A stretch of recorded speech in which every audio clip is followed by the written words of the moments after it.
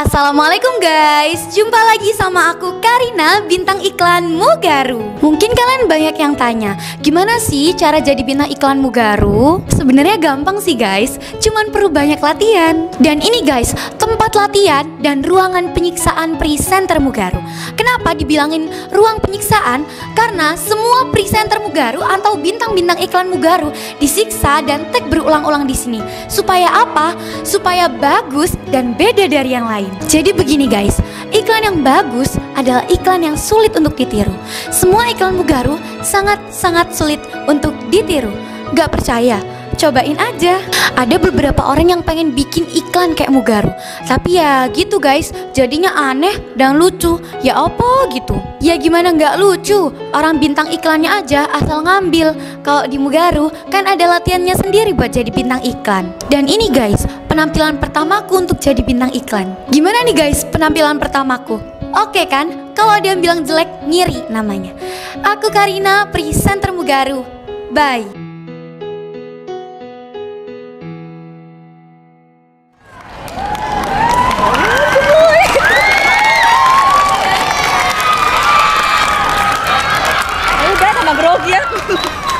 Bismillahirrahmanirrahim.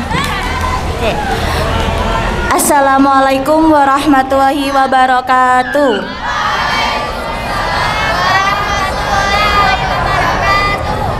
Oke. Asyhadu an la ilaha illallah wa asyhadu anna Muhammadan abduhu wa rasuluh. Rabbi shrahli sadri wa yassirli amri wahlul 'uqdatam min lisani yafqahu qawli.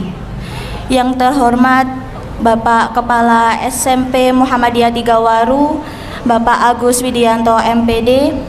Yang terhormat Bapak Ibu guru dan staf SMP Muhammadiyah Tigawaru, dan tak lupa murid-murid saya kelas 7 sampai kelas 9 yang sangat saya banggakan.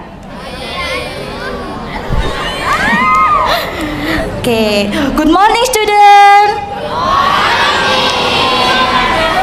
How are you today?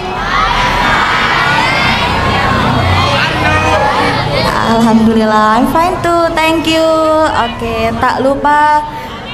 Oke, karena berkat rahmat Allah kita bisa berkumpul dalam keadaan sehat walafiat, serta karena junjungan kita Nabi besar Muhammad SAW yang telah menurunkan kita dari jalan kegelapan menuju jalan yang terang benderang, yaitu Adinul Islam. Oke, hari ini tak banyak yang Ustazah sampaikan. Kita akan belajar tentang sebuah filosofi. Nah, what is it? Ada yang tahu ini apa? Pensil Inggris ya. Pensil ini terbuat dari kayu, pinter. Nah, ya. Nah, ada sebuah kisah. Mau tahu ceritanya? Ceritanya gini. Pensil ini mengajarkan kita banyak hal, termasuk juga mengajarkan kepada saya. Oke, bisa diperhatikan dulu. Pada suatu hari, ada seorang nenek yang selalu menulis dengan menggunakan pensil kayu terutamanya. Nah, suatu ketika cucunya itu bertanya kepada nenek tersebut, "Apa yang engkau tulis, Nek? Apakah tentang diriku atau tentang kehidupan yang lain?" Nenek pun menjawab, "Tentang kamu, tetapi lebih dari itu. Nenek ingin kamu menjadi sebuah pensil, menjadi seperti pensil ini." Secara tidak langsung marah dong muridnya, cucunya, ya kan? Nah, kenapa marah? Soalnya dia disamakan dengan pensil yang terbuat dari kayu, jelek, padahal dia ganteng. Mau nggak sampai disamakan kayak pensil? Enggak kan? Nah, kemudian nenek pun menambahkan, bukan dari fisiknya pensil itu, tetapi pensil ini mengajarkan kita 5 hal. Ada 5 keunikan dari pensil ini. Dan saya pun juga ingin sampean menjadi seperti pensil ini, belajar dari pensil ini. 5 keunikan itu adalah, pertama, pensil ini selalu digerakkan oleh tangan. Betul apa betul? Kalau kita menulis, kalau nggak pakai tangan, pakai apa? Ya kan? Iya, kalau ada yang kelainan ya. Nah, Jadi kita itu diajarkan oleh pensil bahwa hidup ini tuh ada yang mengatur dan kita tidak boleh lupa. Siapa yang mengatur hidup kita? Allah Subhanahu wa taala sebagai Tuhan kita. Seperti pensil kan yang diatur adalah tangan. Oke. Yang kedua, pensil ini kayak gini, tumpul ya. Nah, nggak bisa dipakai kan? Nah, apa yang sampai lakukan?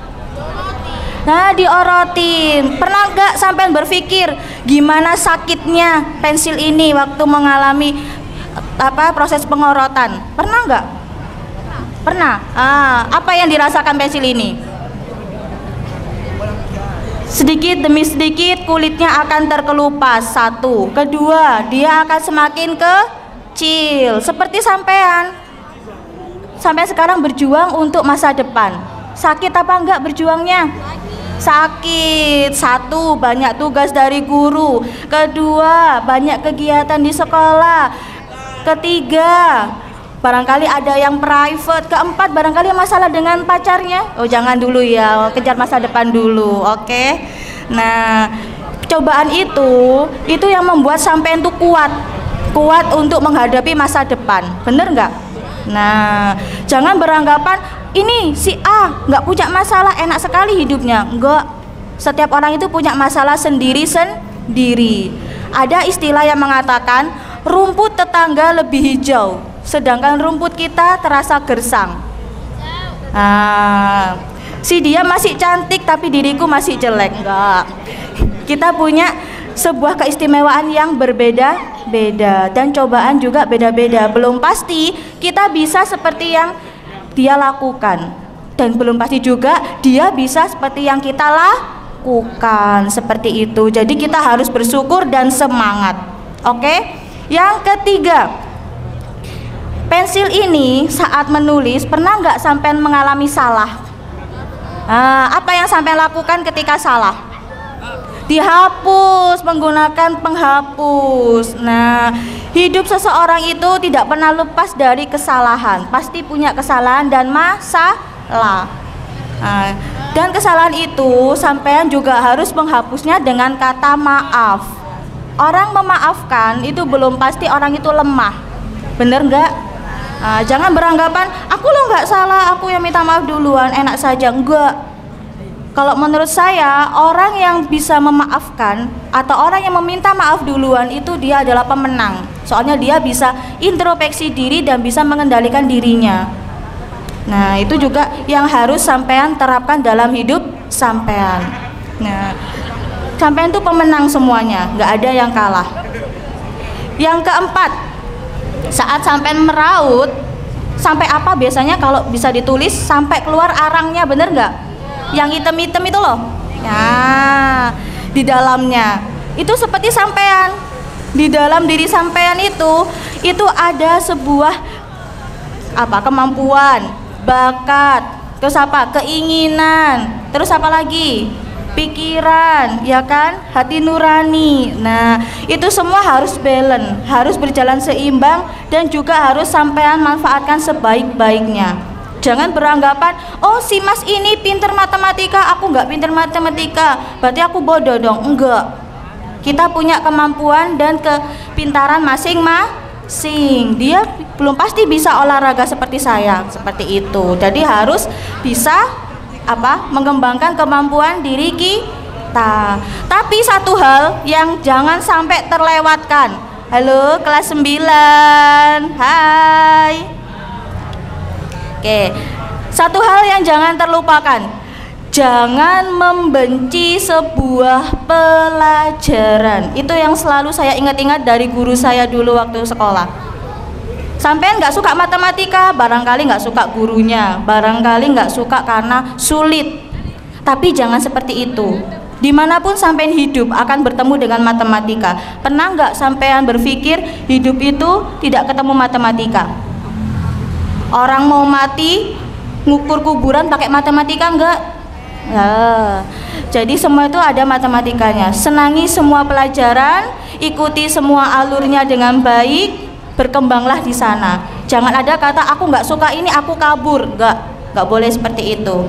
Ingat ya, oke? Nah, Terus itu yang ke berapa tadi? 4 ya. Nah, yang kelima, yang terakhir, ini yang paling berkesan. Pensil ini saat kita menulis, sebersih apapun penghapus sampean, semahal apapun penghapus sampean, pasti akan menimbulkan bekas. Bener nggak?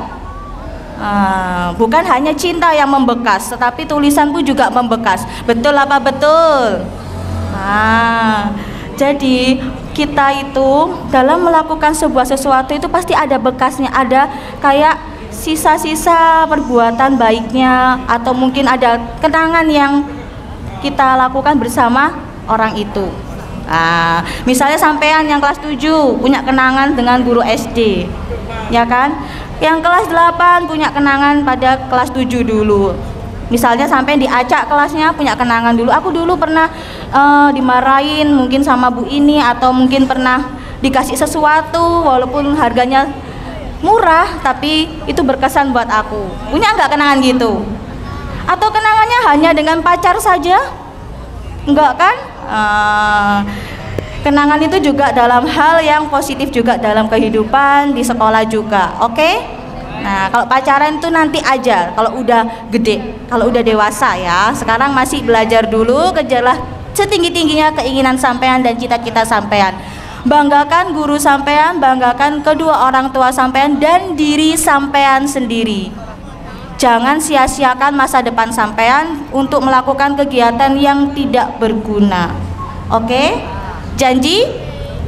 Oke. Biar nggak ngantuk, coba sih tepuk ya. Oke. Kalau saya bilang one, berarti tepuknya 1 kali. Oke. One.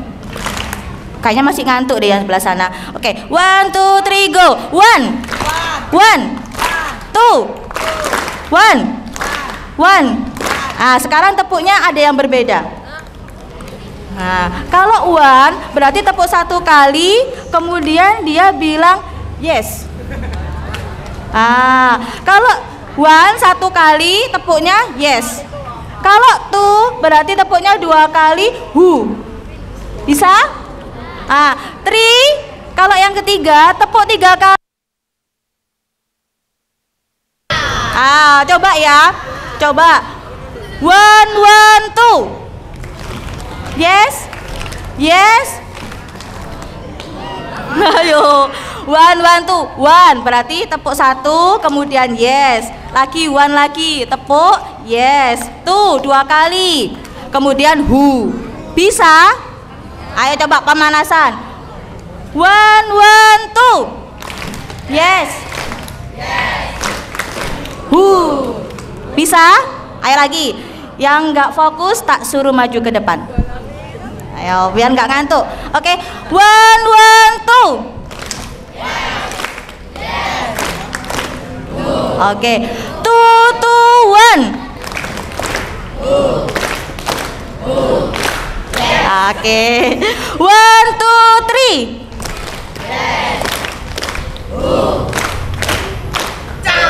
Oke. Lagi. 3, 3,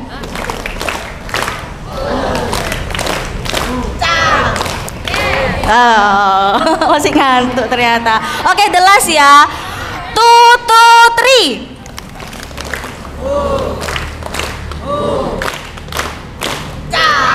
Oke, sudah nggak ngantuk? Oke, alhamdulillah. Mungkin ini yang dapat Ustazah sampaikan. Tadi ada 5, apa aja tadi? Yang pertama, kita harus ingat bahwa kita itu ada yang mengendalikan. Siapa itu? Allah Subhanahu wa Ta'ala. Yang kedua, apa itu? Tadi. Yang kedua tadi, ayo. Saat kita merasa bahwa kita capek, lelah, kita harus semangat dalam menghadapi cobaan. Yang ketiga, apa itu? Apa yo ketiga? Kalau kita berbuat salah, jangan segan-segan untuk meminta maaf, dan saling memaafkan juga penting itu. Jangan ada dendam di antara kita. Bukan hanya lagu loh ya. Oke, yang keempat apa? Di dalam sebuah pensil itu pasti ada arang. Jadi kita harus kembangkan apa yang ada di dalam diri kita, kemampuan kita. Dan yang terakhir kelima, kita harus bisa memberikan bekas atau kesan yang baik kepada orang lain, kepada sekolah, agar kita selalu dikenang yang baik. Oke, semangat semuanya belajarnya ya. Nih, semangat. Oke, mungkin cukup sekian yang dapat saya sampaikan. Kurang lebihnya saya mohon maaf bila ada salah kata dan mungkin perbuatan yang saya ucapkan mohon dimaafkan ya, karena saya hanya manusia biasa yang tak luput dari kata dosa dan juga kesalahan. Oke, thank you for attention. I think enough. Thank you for today. Assalamualaikum warahmatullahi wabarakatuh.